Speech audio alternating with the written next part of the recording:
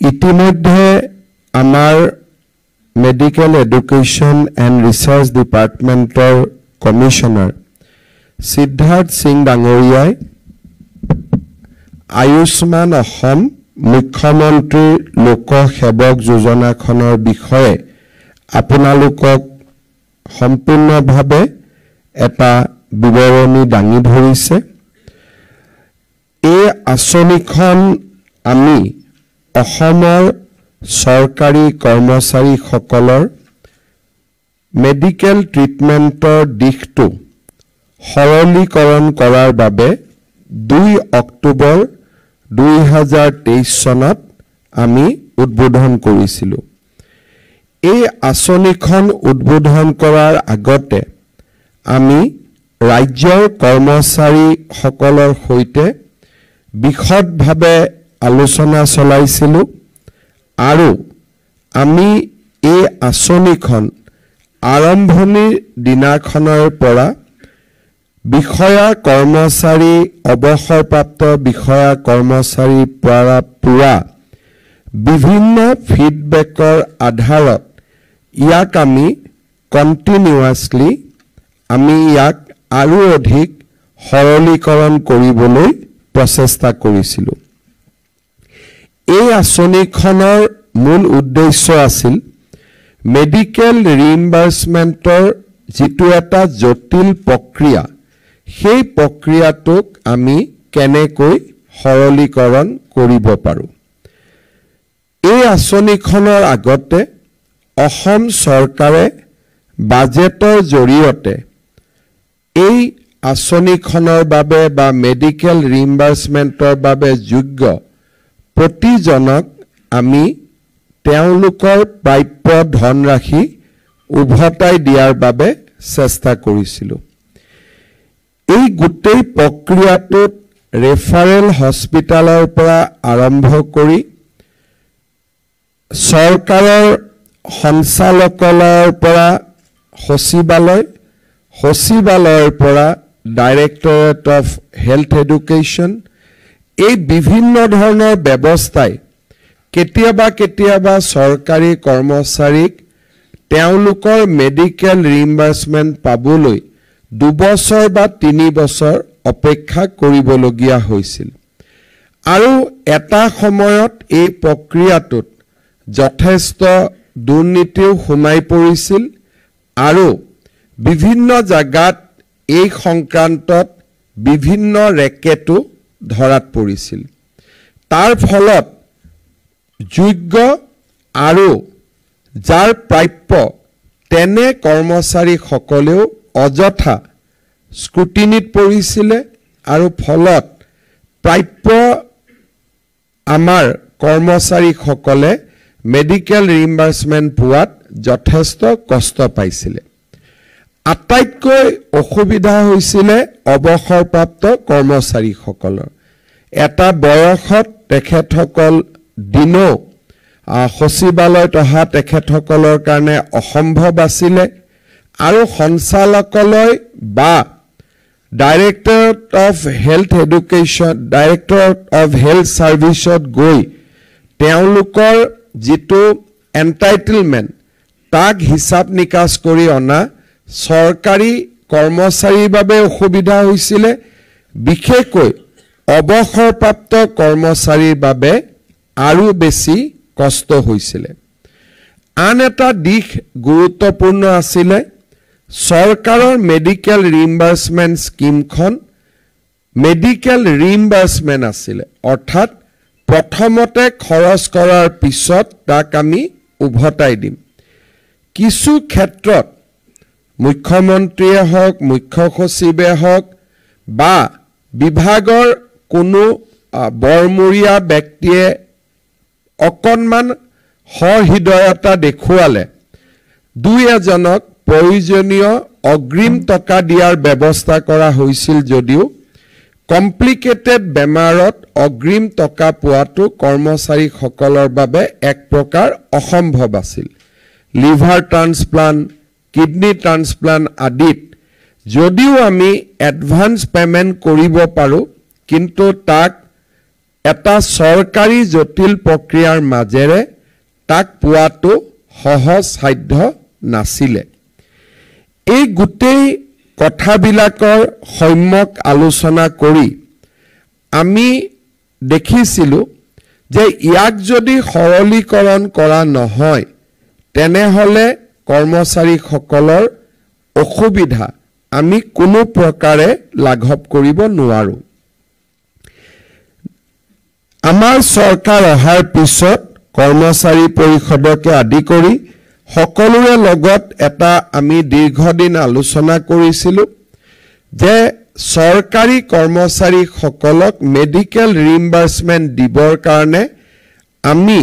চৰকাৰৰ বাহিৰত এটা সুকীয়া সংগঠনৰ সৃষ্টি কৰিম চৰকাৰী কৰ্মচাৰীসকল তাতে পঞ্জীয়নবদ্ধ হ'ব আৰু সেন্ট্ৰেল গভৰ্নমেন্টত যেনেকে চৰকাৰী কৰ্মচাৰীসকলে মেডিকেল কন্ট্ৰিবিউশন কৰে তেনেকুৱা কন্ট্ৰিবিউশন আমি দৰমহাৰ পৰা পুনে পুনে আমি কাটি লম কৰবাত কম হলে চৰকাৰে নিজৰ বাজেটৰ টকা দিব আৰু আমাৰ যেটো ক্লেইম যিকোনো হস্পিটালত চিকিৎসা কৰাৰ পিছত সেই ক্লেইমটো আমি তৎকালীনভাৱে কৰ্মচাৰীজনক উভতাই দিবলৈ আমি চেষ্টা কৰিম প্ৰথম অৱস্থাত ৰাজ্যৰ কৰ্মচাৰীসকলে অকনমান অসুবিধা পাইছিলে যে নতুন নিয়ম নতুন কথা আমাৰ বাবে সুবিধা হ'বনে নাই কৰ্মচাৰীসকলৰ লগত মই আলোচনা কৰি বিষয়াসকলৰ লগত আলোচনা কৰি সিদ্ধান্ত কৰিছিলোঁ যে আমি দুইটা নিয়মে চলাই ৰাখিম যেটো প্ৰচলিত নিয়ম ceiling budget director health service তাকো আমি চলাই ৰাখিম আৰু আমাৰ আয়ুষ্মান অসম মুখ্যমন্ত্ৰী লোকসেৱক আৰোগ্য যোজনাটো আমি চলাই থাকিম এজন কৰ্মচাৰীয়ে যিটো পদ্ধতিৰে যাব বিচাৰে সেই পদ্ধতিয়ে যাব পাৰিব ইয়াৰ ফলত আমি সকলোৰে সন্মতি লৈ এই আঁচনিটো 2023 চনৰ 2 অক্টোবৰত আমি লঞ্চ কৰিলো আৰু আজি মই অত্যন্ত আনন্দিত যে ৰাজ্যৰ 2,23,826 জন কৰ্মচাৰীয়ে আমাৰ লোকসেৱক আৰোগ্য যোজনাত পঞ্জীয়নভুক্ত কৰিছে আৰু 6,172 গৰাকী পেনশনাৰেও আমাক পঞ্জীয়ন কৰিছে পঞ্জীয়ন নকৰাৰ মানে এইটো নহয়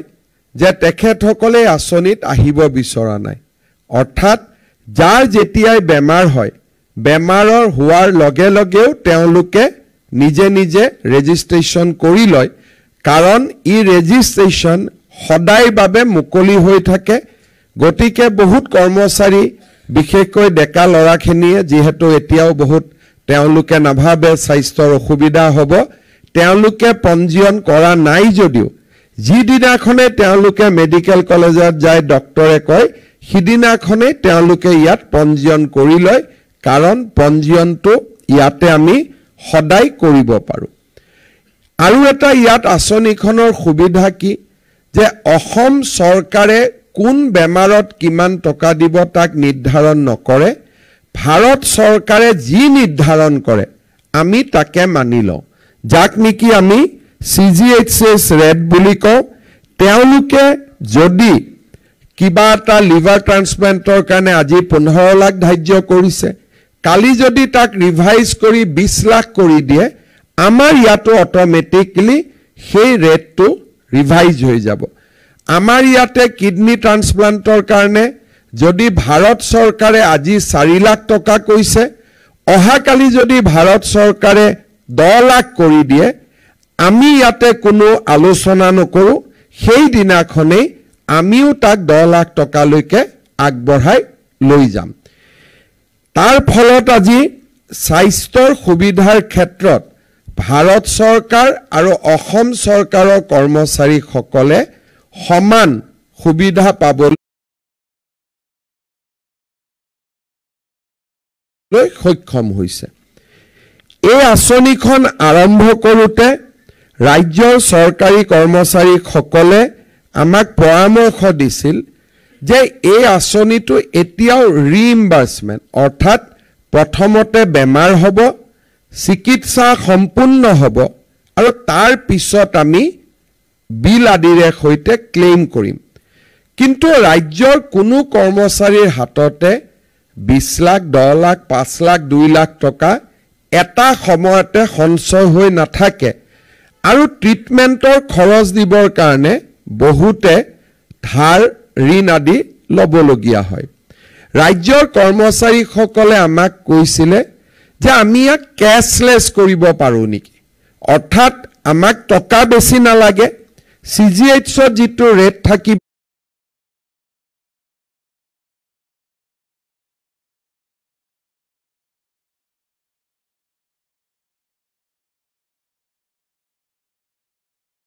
সেইটো ৰেটে আমি পাম কিন্তু আমি যদি ধনৰ লেনদেন কৰিবলগীয়া নহয় আমি মাত্ৰ ট্ৰিটমেন্টটো কৰি গুছি আহো আৰু হস্পিটালত চৰকাৰে টকাটো পৰিশোধ কৰিব তেতিয়া আমি এই ক্ষেত্ৰত যিটো ধাৰ ঋণ লব লাগে বেমাৰৰ ক্ষেত্ৰত সেই ব্যৱস্থাটোৰ পৰাও আমি হাত হাৰিব পাৰো আমি অসমত আয়ুষ্মান ভাৰত আয়ুষ্মান অসম ক্যাশলেস বেসিছত আমি ইতিমধ্যে চলাইছো কিন্তু তাত এটা লিমিট আছে যে 5 লাখ টকাৰ ওপৰত এটা বছৰত হি যাব নোৱাৰে কিন্তু চৰকাৰী কৰ্মচাৰীৰ লিমিটটো আৰু আয়ুষ্মান ভাৰত আয়ুষ্মান অসমৰ লিমিটটো একে নহয় ইয়াৰ লিমিটটো CGHS ৰেটত সেইটো হল 5 লাখ টকা হাইয়েষ্ট গতিকে তাক আমি একে কপি কৰিব নোৱাৰো আয়ুষ্মান অসম প্লাস অৰ্থাৎ আয়ুষ্মান অসমৰ লগত আমি আৰু সুবিধা কেন্দ্ৰীয় চৰকাৰে দিয়া যিটো ৰেটস ফৰ কেন্দ্ৰীয় চৰকাৰৰ কৰ্মচাৰী তাক আমি যোগ কৰিব লাগিব তাৰ ফলত আমি নতুনকৈ কম্পিউটাৰ প্ৰগ্ৰামিং কৰিব লাগিব ৰেটস বিলাক বেলেগ ধৰণে খুমুৱাব লাগিব আৰু আমাৰ যিটো হস্পিটাল তেওঁলোককো আমি অন বোৰ্ড কৰিব পাৰিব লাগিব মই আমাৰ কমিশনাৰ মেডিকেল এডুকেশ্যনক কৈছিলো যে let us start with the government hospital যেহেতু তাত আমাৰ অসুবিধা একো নহয় কিন্তু আমি এটা সময়ত দেখিলো যে অকল গভৰ্নমেন্ট হস্পিটালে নহয় আমি আৰু কিছু হস্পিটাল ইয়াক সংযোগ কৰিব পাৰো আজি আমি অত্যন্ত আনন্দিত যে অসমৰ আটাইকেইখন মেডিকেল কলেজ আৰু আসাম ক্যান্সাৰ কেয়াৰ ফাউণ্ডেশ্যনৰ আটাইকেইখন হস্পিটাল আজি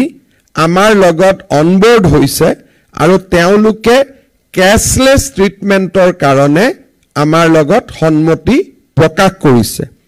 ডক্টৰ বি বৰুৱা ক্যান্সাৰ ইনষ্টিটিউটো আমাৰ লগত একেলগে অনবোৰ্ড হৈছে আৰু আমাৰ মেডিকেল কলেজৰ যেটো কাৰ্ডিওলজি আৰু নিউৰোলজি সেন্টাৰ আহিছে তেওঁলোকো আমাৰ লগত আজি অনবোৰ্ড হৈছে মেদান্ত মেডিচিটি গুৰগাঁও তেওঁলোকো আমাৰ লগত অনবোৰ্ড হৈছে গুৱাহাটী জিএনআৰসিৰ আটাইকেইখন হস্পিটাল এই আঁচনিটোত আমাৰ লগত সহযোগিতা কৰিবলৈ আগবাঢ়ি আহিছে ডাউনটাউন হস্পিটাল তেখেতসকল আগবাঢ়ি আহিছে ম্যাক্স হেলথ কেয়াৰ হস্পিটাল তেওঁলোকৰ বহু কেইখন হস্পিটাল আছে গুটেই কেইখন আমাৰ লগত অনবোৰ্ড হৈছে আৰু শ্ৰীমন্ত শংকৰদেৱ নেত্ৰালয়ও আমাৰ লগত অনবোৰ্ড হৈছে অৰ্থাৎ আমাৰ আপাতত দৃষ্টিত ট্ৰিটমেন্ট বুলি কলে যি কেইখন হস্পিটাল আমাৰ মনলৈ আহে আটাইকেইখন হস্পিটালে আজি আমাক ক্যাশলেস ট্ৰিটমেন্টৰ বাবে আমাৰ লগত অনবোৰ্ড হৈছে ইয়াৰ উপৰিও আমি আৰু কেইখনমান হস্পিটালৰ লগত কথা পাতি আছো এইমছ গুৱাহাটী আমাৰ ওচৰতে আছে নাৰায়ণা গ্ৰুপ অফ হস্পিটাল আমি যাক নাৰায়ণ হৃদয়ালয় বুলি কওঁ তেওঁলোকৰ লগতো আমি কথা পাতি আছো ফৰ্টিছ গ্ৰুপ অফ হস্পিটালৰ লগতো আমি কথা পাতি আছো institute of liver and biliary science তেওঁলোকৰ লগতো আমি কথা পাতি আছো আৰু আন কেইবাখনো কৰ্পোৰেট হস্পিটালৰ লগত আমি কথা পাতি আছো আজি আমি কেছলেছলৈকে গলো ধৰি লোৱা হল কালি কোনোবা এজন কৰ্মচাৰী এপলো হস্পিটাললৈকে গল এই লিষ্টত নাই তেওঁলোকৰ কি হ'ব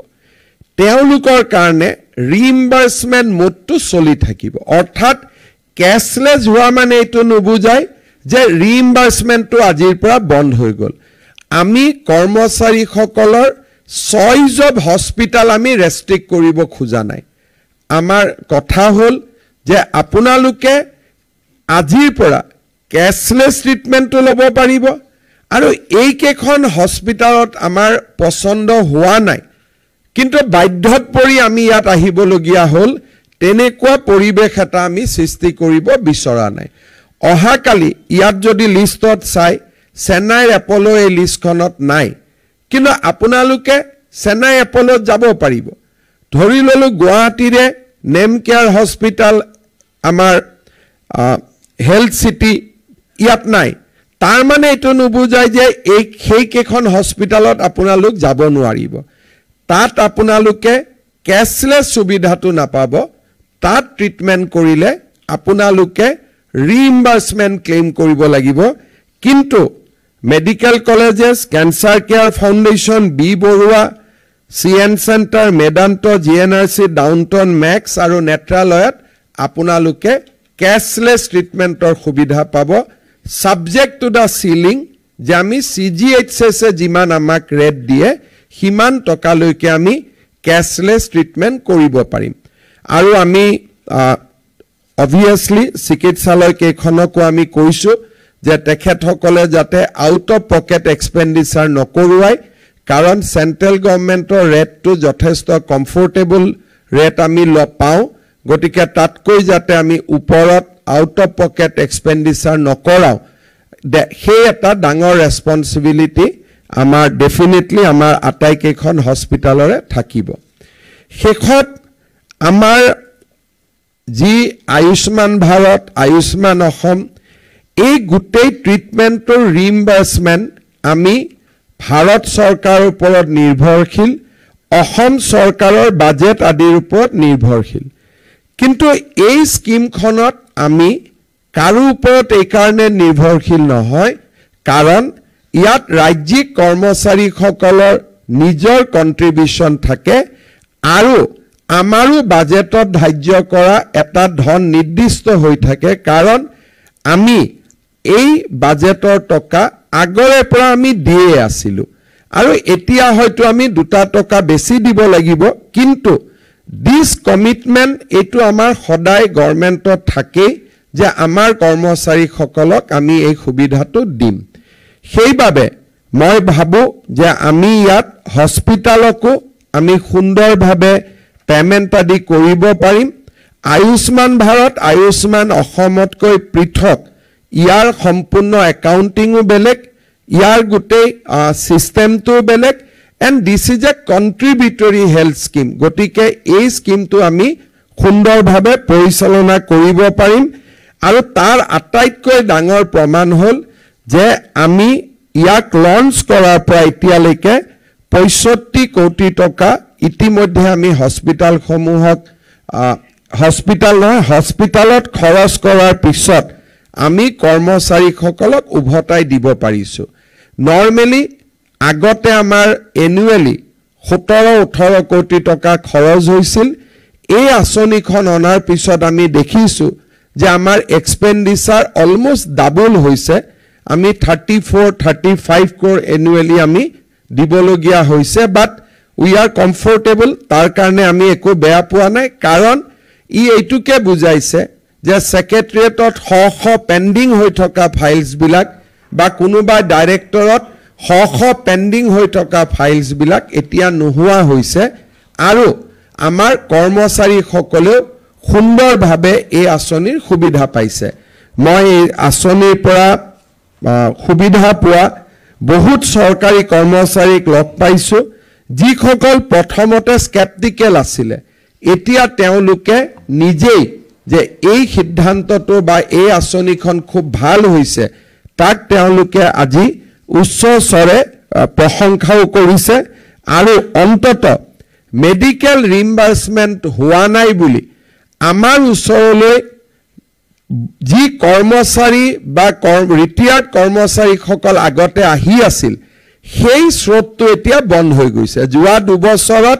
এজন বা দুজন কোনোবা কৰ্মচাৰীক বাদ দি কোনো মানুহে মোক আহি কোৱা নাই যে মোৰ ফাইলটো বন্ধ হৈ আছে আৰু যি কেজন আহিছিল তেওঁলোকে এই ৰেজিষ্ট্ৰেচন হোৱা নাছিল যেতিয়া মোৰ ওচৰত আহিছিল মই লগে লগে ক'লো যে আপোনালোকে ৰেজিষ্ট্ৰেচন কৰি লওক পিছত তেওঁলোকে মোক খবৰ দিছে নহয় আমি সম্পূৰ্ণ সুবিধা আমি পাব পাৰিছো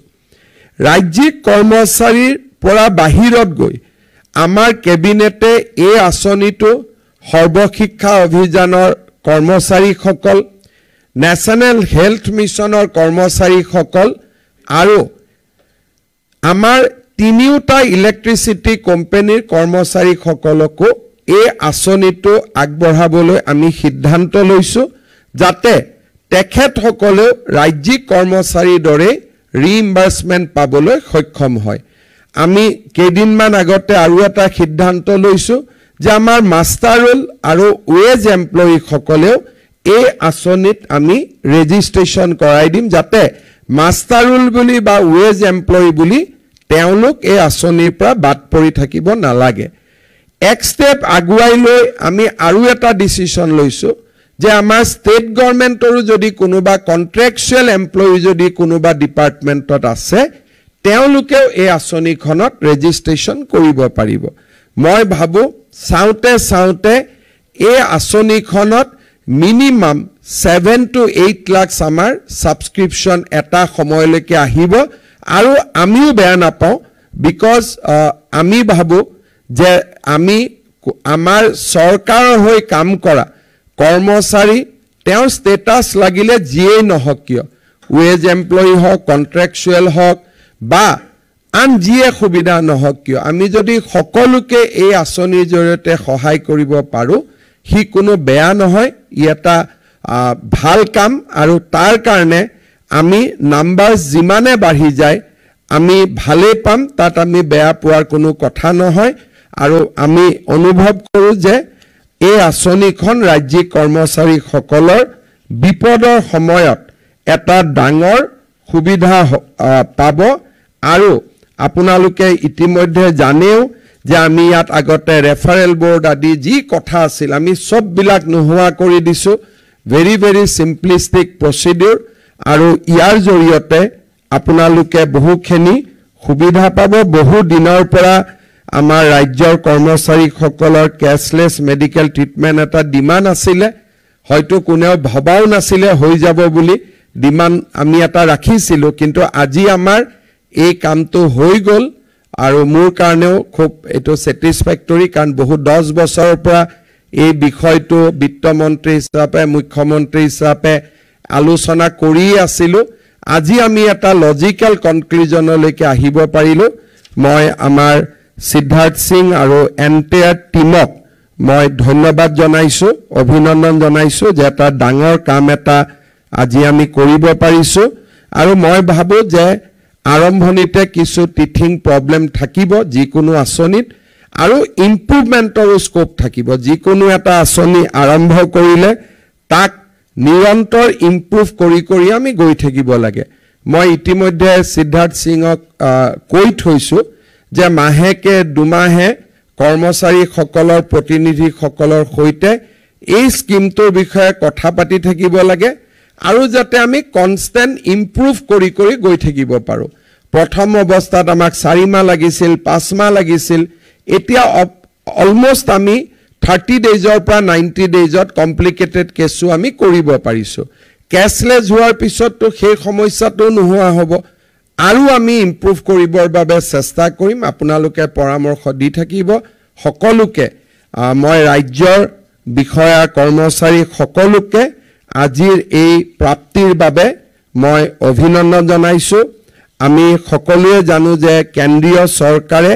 নতুন পে কমিশন ইতিমধ্যে ঘোষণা কৰিছে যোৱাকালি কেন্দ্ৰীয় চৰকাৰে নতুন পে কমিশ্যন নটিফাই কৰিছে অসমতো আমি খুব সোনকালে দৰমহা আয়োগ গঠন কৰিম যাতে ৰাজ্যৰ কৰ্মচাৰীসকলে কেন্দ্ৰীয় চৰকাৰে ঘোষণা কৰা দিনৰ পৰাই আমি যাতে পে কমিশ্যনৰ সুবিধা পাব পাৰো আমি ইতিমধ্যে মই মুখ্য সচিবক যোৱা কালিয়ে কৈছো যে আমাৰ প্ৰিপাৰেচন কৰিবৰ কাৰণে মই কৰ্মচাৰীসকলকো অনুৰোধ কৰিম এছিএছৰ ইয়াত এছ'চিয়েশ্যন আছে শিক্ষকৰো আছে কৰ্মচাৰীও আছে সকলোৱে আছে আমাৰ পে কমিশ্যনৰ টাৰ্মছ অফ ৰেফাৰেন্সৰ ওপৰত আপোনালোকৰ যদি কিবা পৰামৰ্শ আছে আমাৰ মুখ্য সচিবক অহা 15 দিনৰ ভিতৰত আপোনালোকক দিবৰ কাৰণে অনুৰোধ কৰিম যাতে টিঅআৰ খন আমি ভাল কৰি বনাব পাৰো টাৰ্মছ অফ ৰেফাৰেন্স খন আমি ভাল কৰি বনাব পাৰো কাৰণ আমাৰ কৰ্মচাৰীসকলে পে কমিশ্যন হোৱাৰ বহুত দিন পিছলৈ দাবীবোৰ আনি থাকে সেন্ট্ৰেল গভৰ্নমেন্টৰ নিয়ম হল যে পে কমিশ্যনৰ যি হৈ গল তাৰ পিছত ইট ক্যানট বি ৰিঅপেন কিন্তু আমাৰ ইয়াত সেই কথাটো নহয় পে কমিশ্যনতো যাব তাৰ পিছত মুখ্যমন্ত্ৰীৰ ওচৰতো আহিব এইবাৰ আমি ভাবিছো যে যি হ'ব পে কমিশ্যনত হ'ব দিব নিদিব it will B a decision যেটো মুখ্যমন্ত্ৰীয়ে নলয় যেটো পে কমিশ্যনে ল'ব সেই কাৰণে আপোনালোকে যিমান আপোনালোকৰ কবলগীয়া টাৰ্মছ অফ ৰেফাৰেন্স আছে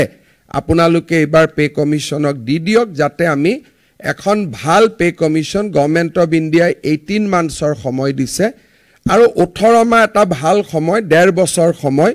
হিয়াৰিং ললে শুনিলে সকলো সমস্যা সমাধান হ'ব পাৰে সেই কাৰণে মই আপোনালোকক পে কমিশ্যনৰ ক্ষেত্ৰটো আজিৰে পৰাই মুখ্য সচিবৰ লগত আলোচনা কৰি টাৰ্মছ অফ ৰেফাৰেন্স দি দিবৰ বাবে মই অনুৰোধ কৰিম যাতে আমি এই সমস্যাবিলাক এটা শৃংখলাবদ্ধভাৱে আমি সমাধান কৰিব পাৰো সকলোকে আকৌ এবাৰ অভিনন্দন জনাই মই মোৰ বক্তব্যৰ সামৰণি মাৰিছো ধন্যবাদ